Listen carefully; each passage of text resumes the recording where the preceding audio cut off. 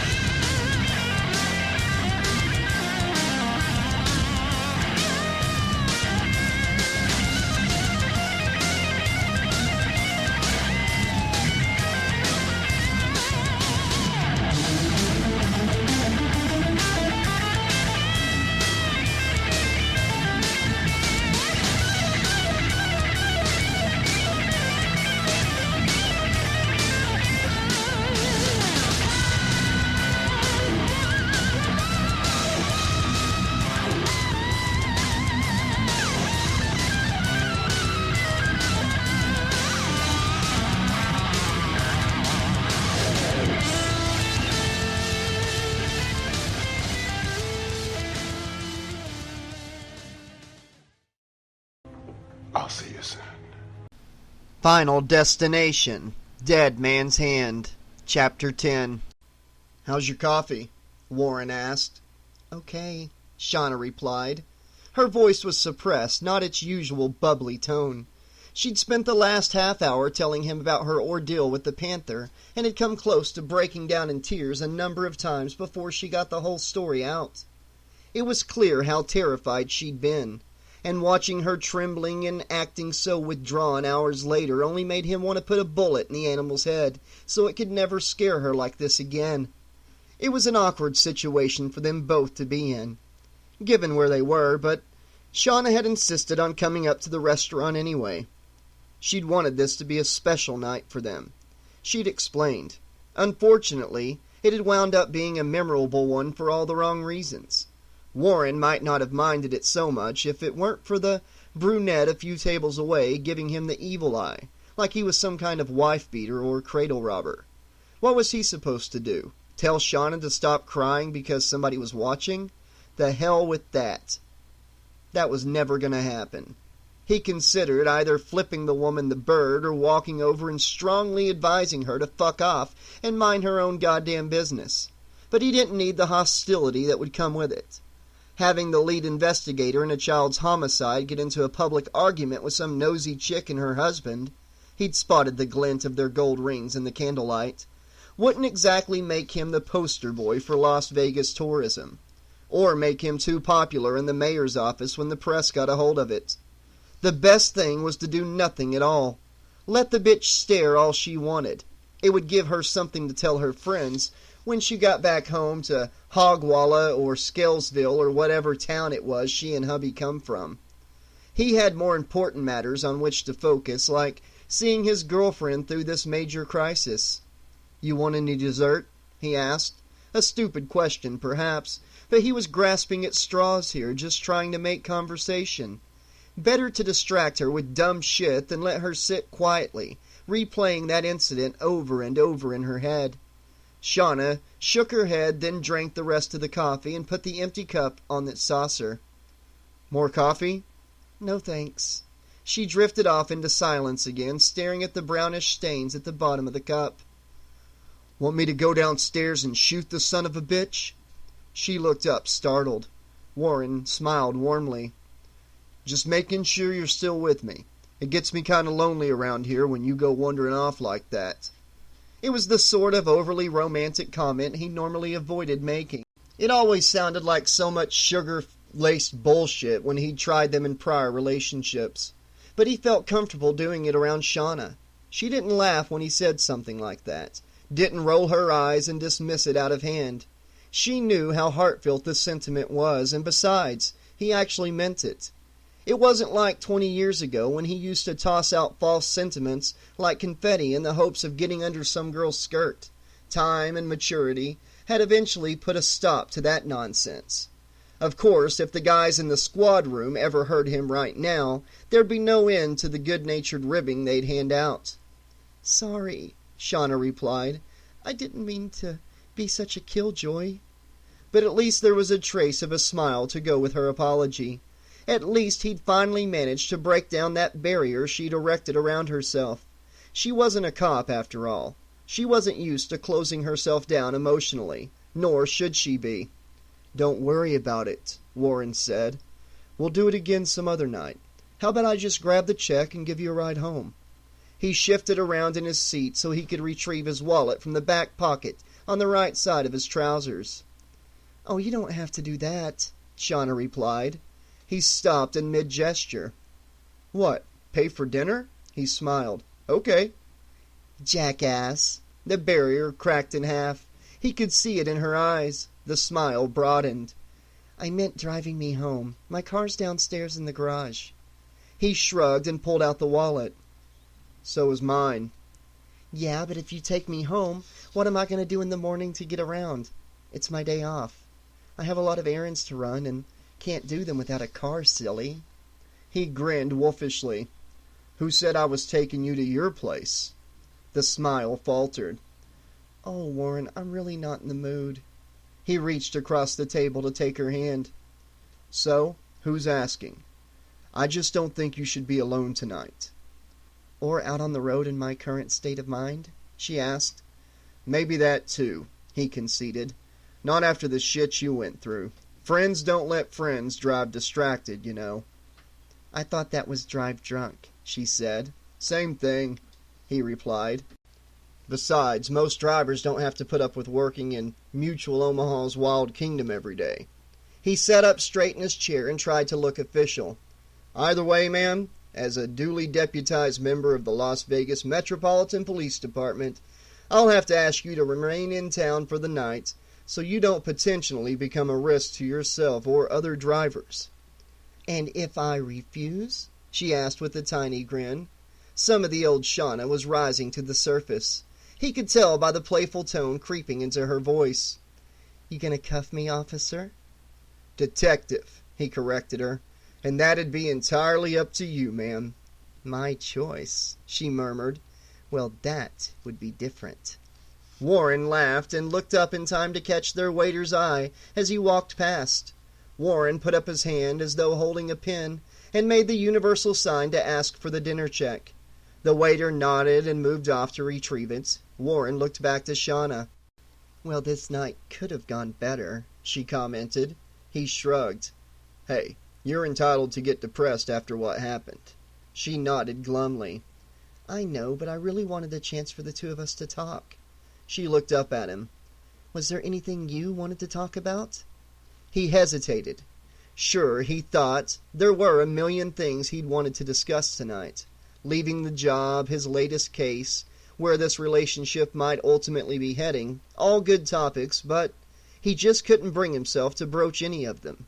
Not right now. He'd been prepared to, right from the moment he'd said goodnight to Isabel in the LVPD parking lot. But when he'd seen how distraught Shauna was after he'd arrived at the tower, all those subjects were quickly pushed into the back of his mind. His problems meant nothing in comparison to hers, especially when she so badly needed his help in getting through this crisis. They could wait for another day. He shook his head. "Nah, nothing important." She looked at him closely, like she could tell he was hiding something. "Are you sure?" "Absolutely," he assured her. "Nothing we can't talk about some other time." Shauna didn't appear to believe him. The frown tugging at the corners of her mouth was evidence of that. But all she did was shrug. "Okay." The waiter arrived with the check and a handful of complimentary chocolate mint wafers, then told them he'd come back for the payment when they were ready. Warren thanked him, and the man moved off. As he glanced over the bill and tried to figure out what the hell the waiter's 15% tip came out to, based on the three-figure sum at the bottom of the paper, Warren glanced over at Shauna. She was starting to withdraw again. He could tell because she hadn't made an immediate play to snatch up all the mints. He frowned. Maybe he should go downstairs and shoot that fucking animal. It would certainly give him some peace of mind. Warren scratched his jaw as he thought of what they could do next, to cut through her depression. There had to be something they could get involved in to take her mind off that goddamned panther.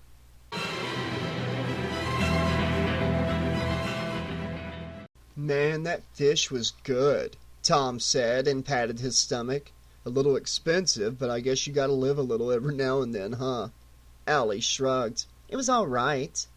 After her catfish had started looking like an open wound, she hadn't been able to do more than pick at it with her fork.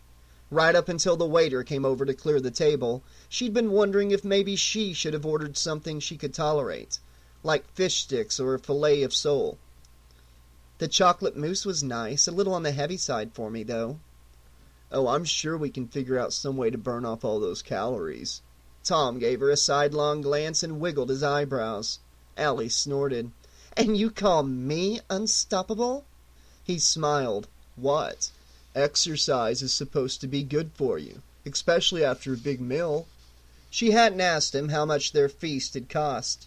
Tom had snatched up the bill before she could see it, but she knew it hadn't been cheap. Hell, the least expensive appetizer on the menu was $15, and on a carpenter's salary, Tom wasn't exactly the richest guy in the world. But he'd insisted on paying for the whole thing, instead of them splitting it, one of those husbandly duties he'd quickly taken to handling, she imagined. Well, maybe she'd spring for the Star Trek tickets when they eventually went on the ride, as a small way of paying him back. Maybe she was kinda in the mood for a late-night session. It wasn't like she had any plans to visit the hotel's fitness club at this time of night to work off the chocolate mousse, right? And besides, it was supposed to be a honeymoon of sorts now, wasn't it? Wouldn't be much of one if they didn't give housekeeping something to tidy up in the morning. Beautiful night, huh? Tom asked. Allie looked past him. They were standing in the south vestibule waiting for the elevator with a large group of people who were all heading out from the restaurant. She and Tom had gotten there first, so they were right by the doors.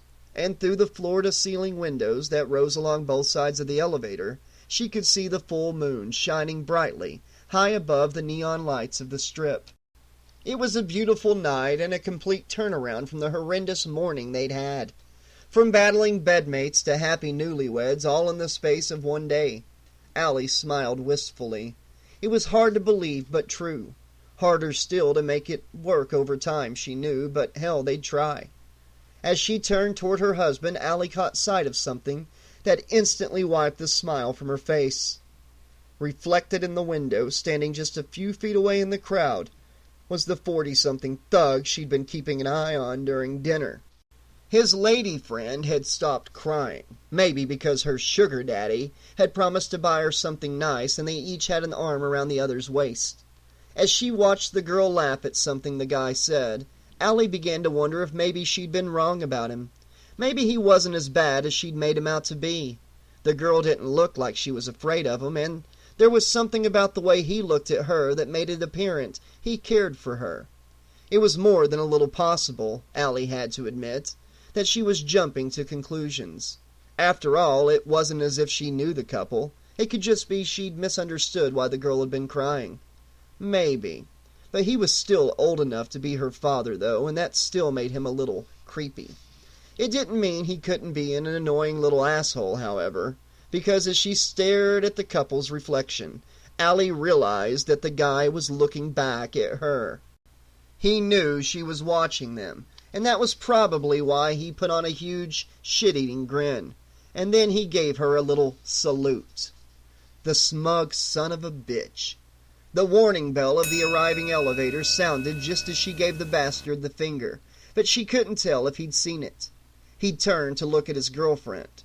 Well, Allie thought, maybe she'd have another chance on the way down. A guy like that, he probably wouldn't be able to pass up an opportunity to show her up again.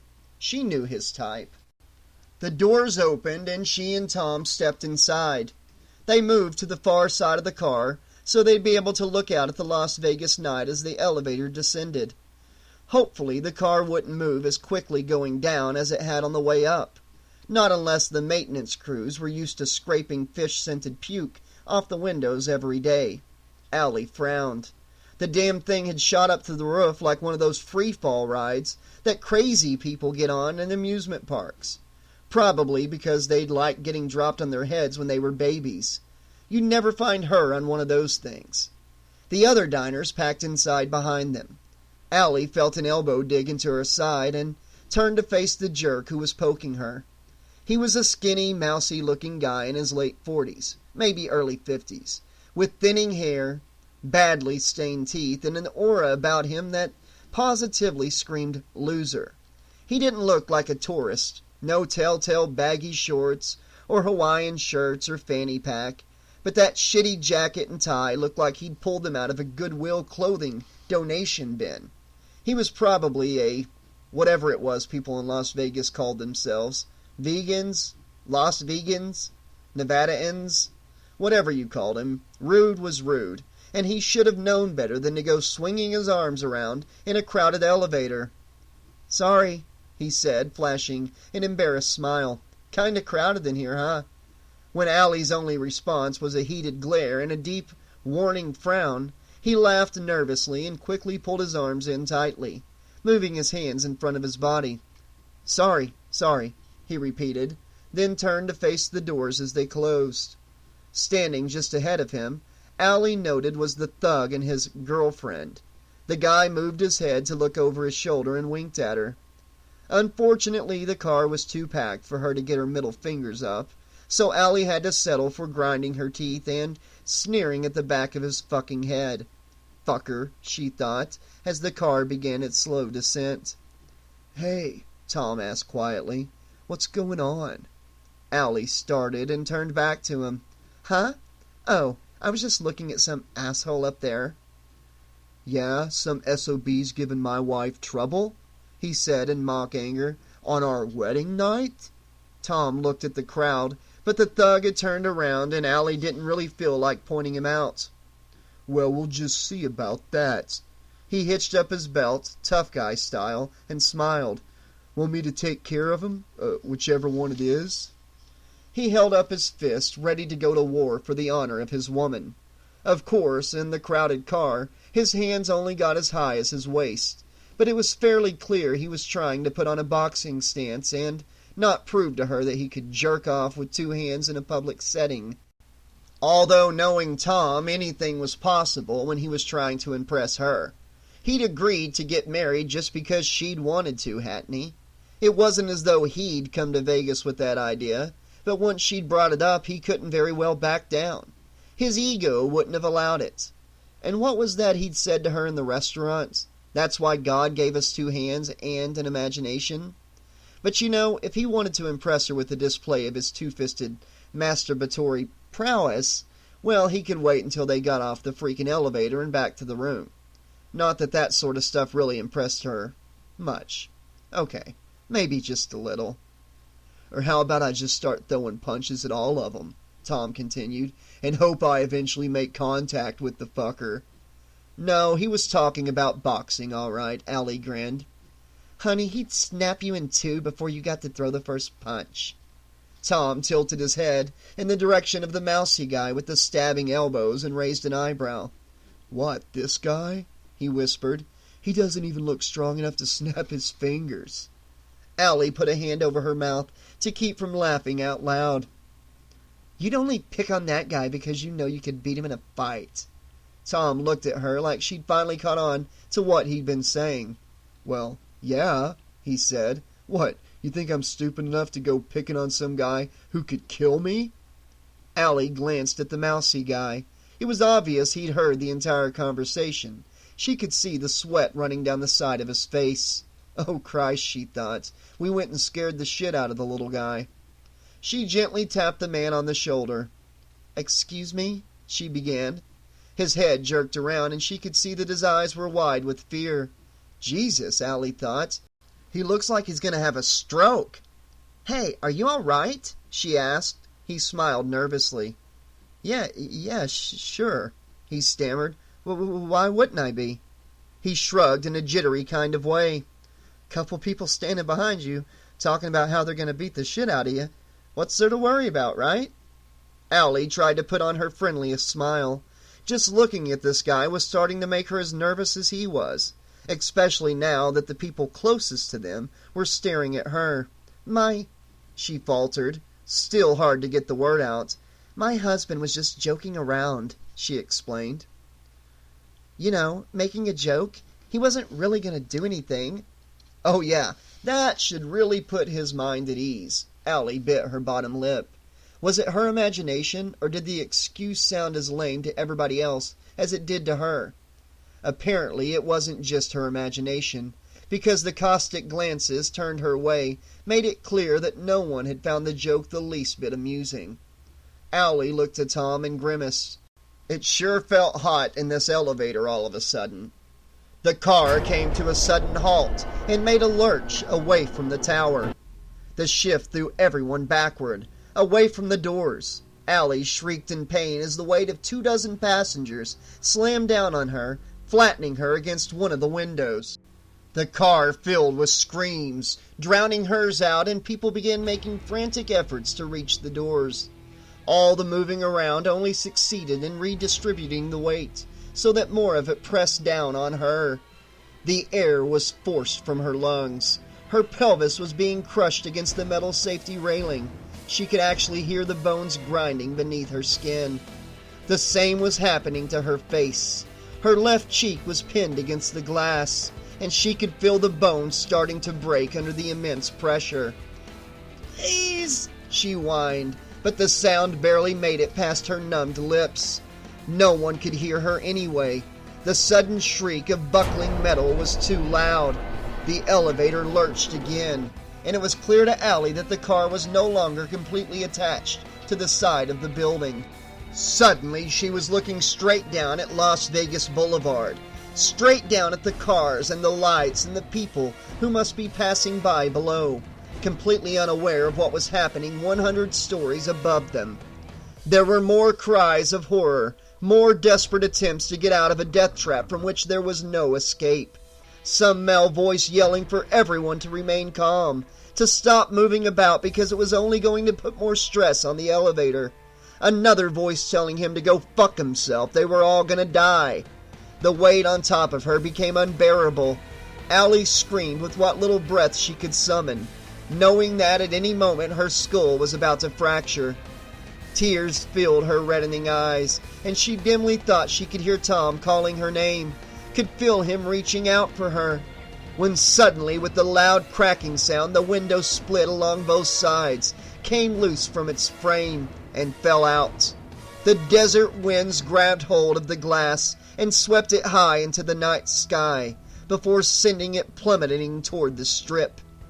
For a moment, the relief from the crushing weight was a godsend, but Allie suddenly realized she was looking at a sheer drop of just over 1,000 feet, and the people lying on top of her were pushing her through the gap where the glass had been. "Oh God, no!" she screamed and threw her arms out to grab the edges of the window frame. Broken shards of glass and twisted bits of metal dug into her palms, slicing through the skin right down to the bone. Blood geysered onto the frame and guardrail, onto her hands and arms and face, onto the floor around her feet. She couldn't see, couldn't hold on, couldn't find any footing. Everything was too slippery. She felt lightheaded from the sudden blood loss, and a sudden chill enveloped her as an icy breeze swept into the tilting car. It stroked her blood-spattered cheeks, her lips, cooled her forehead with its gentle caress. In the midst of her agony, she thought she heard a tiny voice telling her to let go, promising everything would turn out all right, but she knew that was crazy. It was probably just the sound of her blood pounding in her ears. The wind tugged at her, pulled at her clothing, and an odd thought popped into Allie's mind. Now she knew what people meant when they said they'd felt the touch of death. And then the car moved forward again, and she lost her balance. Her feet slipped out from under her. Her hands were torn apart. The skin flayed from the bone by glass and metal as she slid along the edge of the window frame. Before she could even scream, she was falling. It was the mousy guy who saved her, snaring her right wrist with one hand as she began her dive toward the pavement. He braced his knees against the guardrail and grabbed her wrist with his other hand as well.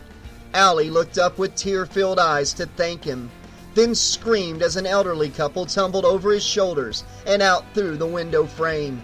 The old man bounced off of Allie, almost breaking her savior's grip, but the skinny guy seemed to have incredible strength, some kind of adrenaline rush that was powering his muscles.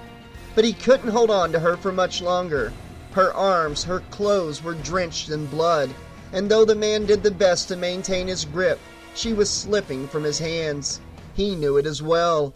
His eyes were practically bugging out as he looked down at her, and he kept repeating, "No, no, no, no, no," over and over, either because he was pleading for some sort of divine intervention to help him, or because he couldn't believe he was really going to drop her. More people were falling from the elevator, either dropping through the open window or crashing through the other glass panels. Some made desperate grabs for Allie's legs, and she found herself kicking at them before they could take hold of her. It was an instinctive action, that fight or flight state of mind scientists talk about, that takes hold when someone is struggling to survive. But she still hated herself for giving in to it. Tears filled her eyes and she cried for the people she could not help. Most of all, though, she cried for herself. She was going to die, just when she thought her life was finally starting to turn around. Just when she'd come to realize there was someone with whom she could share that new life, with whom she wanted to share that new life. And now it was all being taken away from her because some fucking lazy repairman hadn't bothered to do his job and make sure the elevator was safe before people got onto it. It all seemed so stupid and so goddamn unfair. Allie looked past the man holding her to try and find Tom. She needed to know he was there, needed to know he was all right. She caught sight of the wedding band on his left hand, but she couldn't see the rest of him. Some kind of dark liquid had spilled on the window where he'd been standing, and it prevented her from seeing into the car. But then she realized the dark liquid was blood, Tom's blood. He was flattened against the glass, against the one window that hadn't shattered, his body crushed by the weight of the people who had fallen on top of him. Where his head should have been was a mass of broken bone and torn flesh and pulped brain matter that slid back and forth across the glass as the elevator shuddered and bucked on its broken tracks. What remained of his mouth was locked wide open in an eternal scream, his tongue bitten in half by the teeth that were now scattered across the growing stain. One eye rolled through the gore in a wide arc, still attached to the optic nerve that had unspoiled from the pulverized socket. The scream that had been building in Allie's throat became instead a torrent of bile that erupted from her open mouth. Beer and bits of chocolate mousse joined the clot-like hunks of partially digested catfish that roared up from her stomach to cover her blood-soaked clothes. She spasmed wildly as her stomach lurched again, and that was the moment when she finally slipped loose from the mousy man's grip. She saw him make a panicked grab for her, and then it looked as though the elevator was racing away from her. But it wasn't the elevator that was moving, the voice in the back of her head said. It was her. Allie tumbled backward, and now she was looking down at the lights of Las Vegas Boulevard. Lights that had seemed so very far away not that long ago, but which were getting closer with every passing moment. It felt like she was falling for hours, but a part of her knew it was all happening in a matter of seconds. Long, countless seconds during which she could see and feel everything with incredible clarity. The horrified expressions of the Michael Madsen look-alike goon and his girlfriend as they dropped alongside her. The rush of wind drying the blood that coated her face and arms. The flapping of the broken bones and loose tatters of skin that used to be her hands. The sidewalk that seemed to be rushing up to meet her. Long, countless seconds, during which there were no last words to say, no flash memories of the special moments in her life playing across her mind's eye, no opportunities to express regret for all the poor choices she'd made in her 25 years, or to beg for forgiveness from the people she'd hurt by making them. Long, countless seconds, during which she was able to turn her body so she wouldn't see the end coming, only to realize the elevator had finally torn loose from its tracks and was now bearing down on her, a glass-walled coffin that echoed with the shouts and curses and cries for mercy of its passengers as it hurtled earthward from a star-filled sky. Long, countless seconds, during which the only thing she could do was scream, a screeching, high-pitched cry of sheer terror that tore its way out of her throat and over her blood-stained lips. A scream that abruptly ended as her body exploded against the pavement.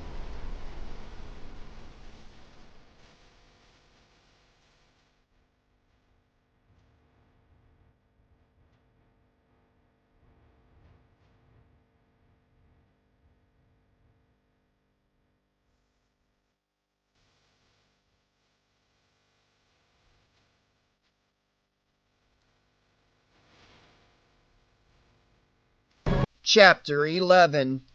The scream caught Warren completely by surprise and almost ruptured his eardrums with its intensity. Not to mention it scared the living shit out of him. It was difficult to locate its source even though he knew it originated from somewhere directly behind him, because the damn elevator was packed with too many riders for him to turn around.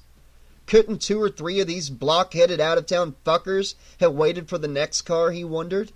Hadn't they ever heard of weight restrictions on these things? He looked over his shoulder and his eyebrows shot up in surprise. Well, son of a bitch, butter my biscuits, he thought. It was the brunette who'd been watching him in the restaurant. What the hell was her problem now? "What's going on?" Shauna asked in a whisper. "Beats me," he said, flashing what he hoped looked like a calming smile. This is all I need, he thought sarcastically. Bad enough Shauna's still a little freaked out by that goddamn panther. Now we're stuck in here with some basket case. "Stop it!" the woman cried. "Stop the elevator! We have to get out!" Shauna glanced at Warren. "Maybe she's claustrophobic," he explained. "Yeah, or maybe she's just nuts," he added silently. "It's not like the world doesn't have its share of crazy broads with big tits. Just look at that Anna Nicole what's-her-name. And they even gave her her own TV show." "Please!" the woman insisted in a shrill tone. "You have to stop it! You have to stop it now!" "Oh, let her off for Christ's sake," said a man near Warren. "The bitch is making me deaf with all that goddamn screaming." Shauna's eyes were as wide as saucers as she looked at Warren. It was starting to get to her. "Easy, honey," he said gently. "She's just nervous." He gave her hand a reassuring squeeze. "That makes 2 of us," she replied. Over the rising objections of his fellow passengers, some of whom were pointedly telling the woman to shut the fuck up, Warren noticed the brunette had gone quiet for a couple of seconds. Probably her husband was telling her to calm down. They'd be getting off in a little bit. That wasn't good enough, apparently. Warren stumbled forward as the guy behind him slammed into his back. Warren turned to give the skinny, badly dressed creep a stern warning, only to realize it wasn't his fault. The woman was pushing against the guy, trying to force her way to the front of the car. "Stop it! Stop it!" she kept saying. "Please, you have to stop it or we're all gonna die!" That was it, Warren decided. Feeling closed in was understandable. Some people just couldn't handle tight spaces. But yelling about how everyone was about to die was akin to shouting "Fire!" in a crowded theater. It was dangerous and stupid, and it had to end right now. "Hey!" he roared. "Knock it off!" Everyone fell silent. The woman had made it past the other guy, and now she and Warren were standing face to face. "What the hell do you think you're doing?" he growled. "I'm trying to save our lives!" she bellowed. "Yeah?" Warren said. "Well, you can start by saving my hearing." He reached into his jacket and came out with his badge. Detective Ackerman, Las Vegas Police.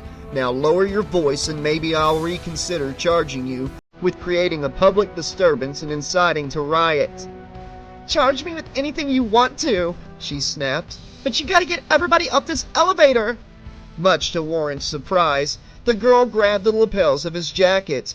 "Please," she said, a slight quiver in her voice. "You're a police officer. You can make them get off before it's too late."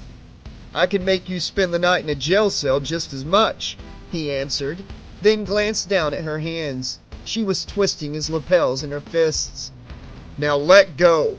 "No!" she yelled. "You've got to stop it!" "God almighty," said an elderly woman standing by the control panel. "I'll stop the damn thing if it'll make you shut up." She punched the button for the 115th floor, and the elevator slowed down.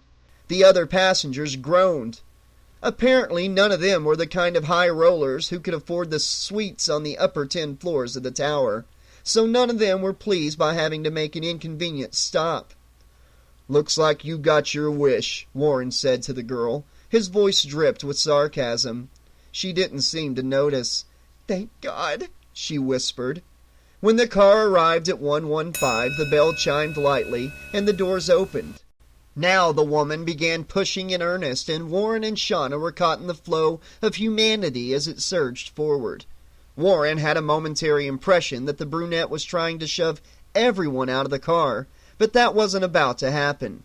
If she were lucky, she'd be able to get out in one piece before someone got it into their head to knock her on her ass. Warren had to remind himself that as a representative of the Las Vegas PD, he couldn't be the one to do it. The chiefs at Metro wouldn't like it. "Please, please, you have to get out," she begged. She pulled at some of the passengers, pushed at others, but all they did was shove her toward the open doors, or look away and pretend to ignore her. And now Warren could see the tears running down her cheeks, the desperate pleading in her eyes. She really was convinced everybody was going to die if they remained on that elevator. But what could have put that idea in her head, he wondered. He hadn't heard the elevator making any weird mechanical noises, unless you counted the bastardized Muzak version of the Animals' "We Gotta Get Out of This Place" that was coming out of the speaker in the ceiling. Maybe that had something to do with the brunette's panic. Songs about dying young weren't exactly what you'd call soothing. The ride seemed pretty smooth, no shuddering, no shaking, no vibrations. Nothing, not even in the glass panels or grinding of gears. And as a member of the Coaster Kings, he knew a thing or two about things that went up and down on tracks, even if elevators were a completely different kind of animal from roller coasters. With her husband in tow, awkwardly apologizing to everyone he bumped into along the way, the woman finally made it to the front of the elevator. It was clear that if the other passengers were unwilling to listen to her, she'd at least make sure her husband didn't take the plunge with them.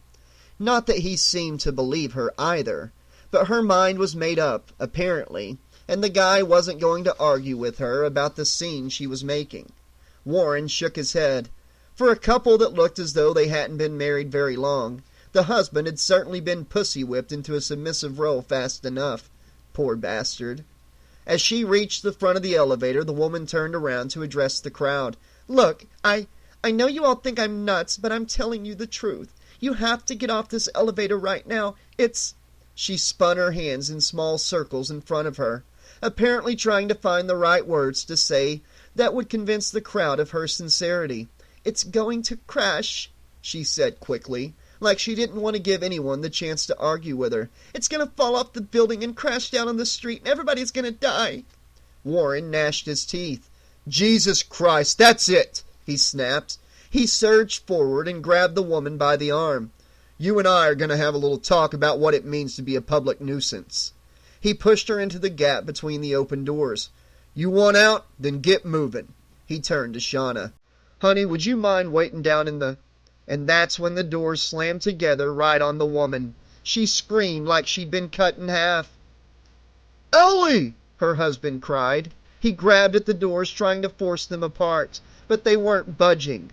Luckily, if such a thing as luck could be considered in a terrifying situation like this, the man's wife had been in the process of exiting, so the doors missed closing on her head by inches.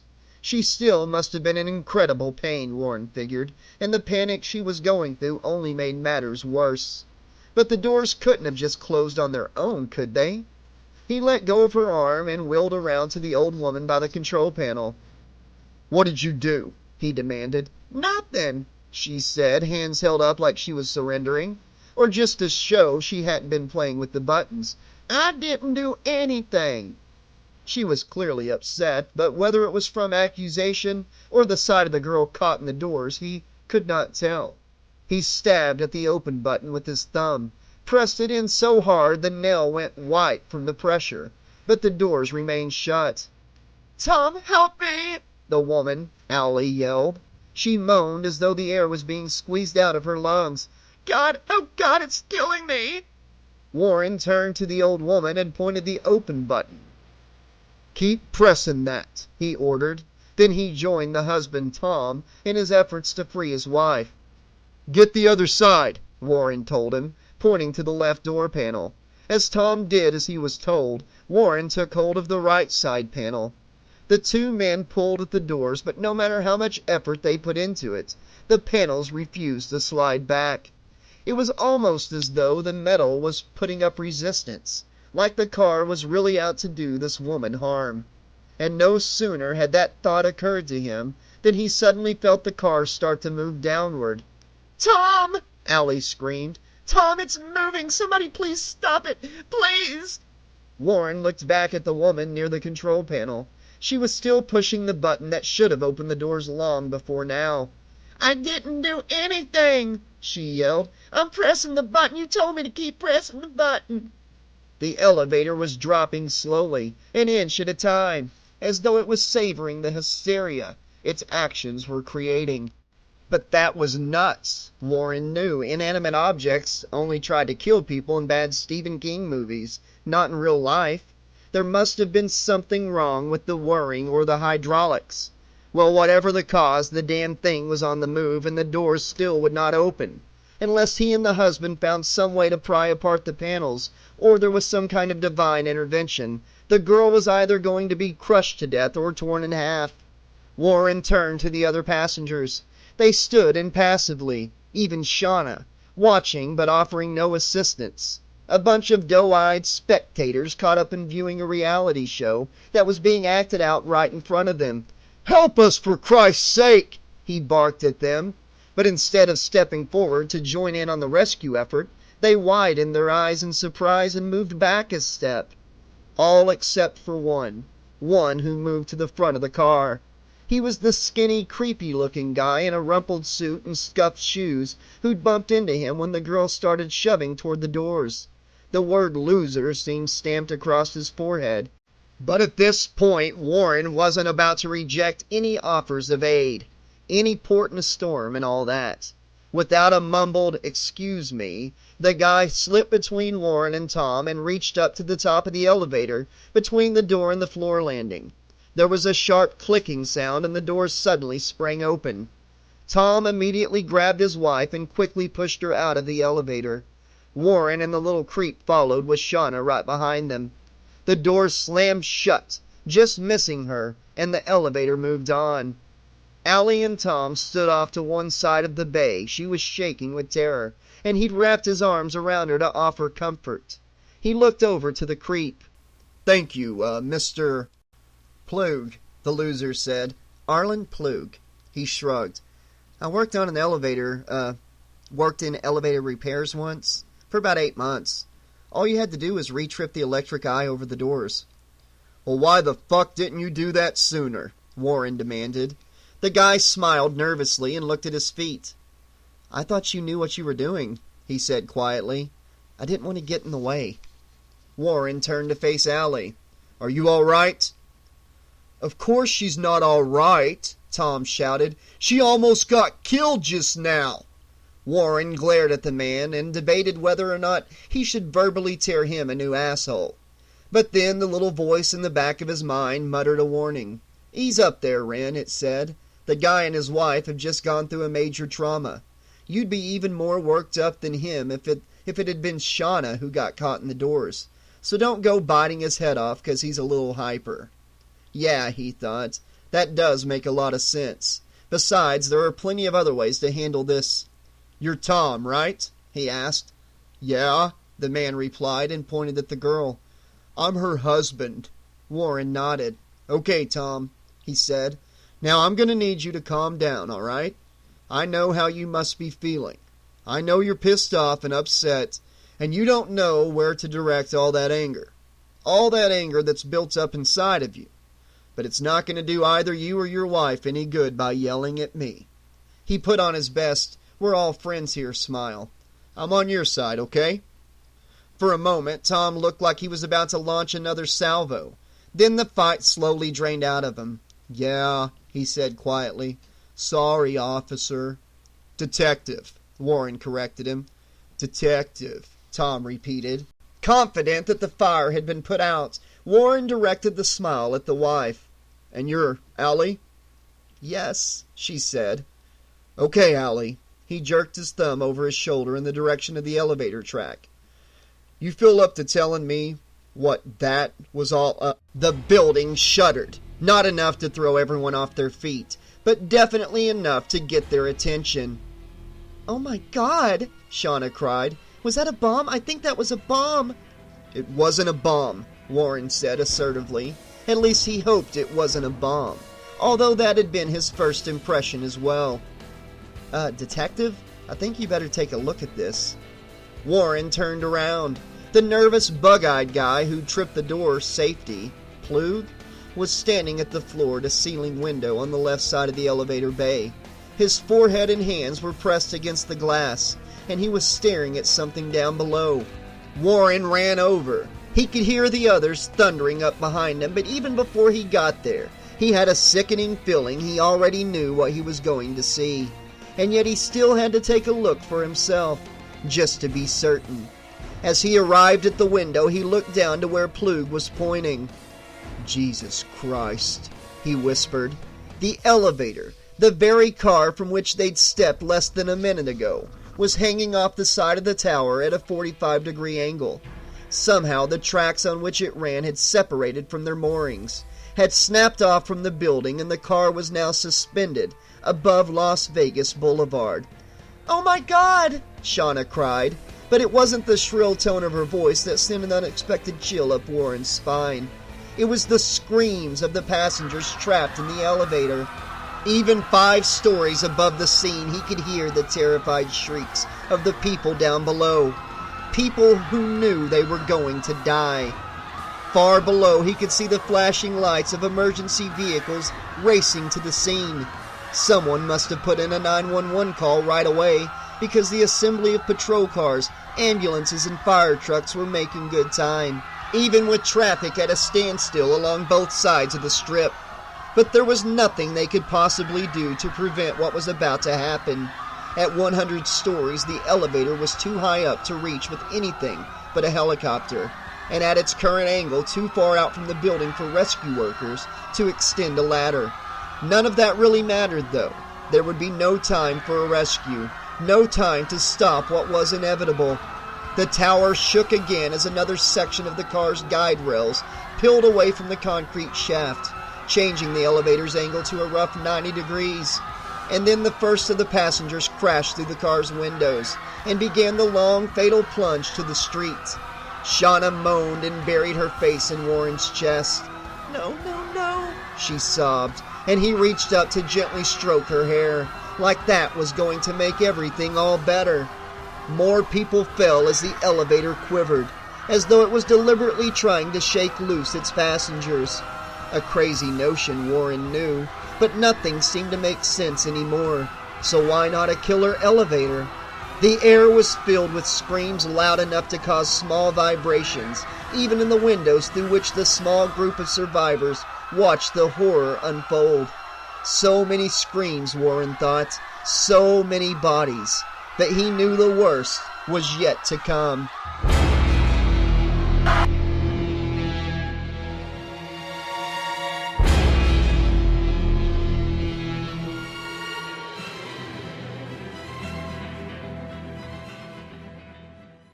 Okay, Slashaholics, this has been chapters 10 and 11 of Final Destination Dead Man's Hand. Did anybody else get the feeling like this was a totally different book I started reading tonight? I mean, what? We had 200 pages of backstory, character development, and then the shit just hit the fan, and when it hit the fan, it went everywhere and covered everybody. So guys, I cannot wait to hear from you in the comments section. Let me know what you thought of the premonition, and how she got out of it, and pulled our main characters out of that elevator, and what you think is going to be coming up. We got around 200 pages left to go, and now that all the backstory's out of the way, it seems like, I wouldn't say smooth sailing from here on out, but shit hitting the fan over and over again, perhaps. And that's what we look for in these Final Destination movies and books, is you get that premonition out of the way, and then we start checking out Death's list and seeing how he takes out our characters. I mean, it's a bit of a guilty pleasure, but, you know, that's what Final Destination's all about, and I'm glad we're finally there with this book. Guys, before I leave tonight, I want to say thank you to the patrons from the Patreon page for the channel. Carl Eakins, Catherine McClear, Sean Campbell, and our Slasher and Training patron, the newest one, Cecilia Spears. See, I got it right tonight, Cecilia. I didn't say Sparks. My bad last night. Guys, I did say her last name wrong last night. I was thinking one thing, said another. My bad. But it's Cecilia Spears. She's our first $15 tier Slasher and Training patron on the Patreon page.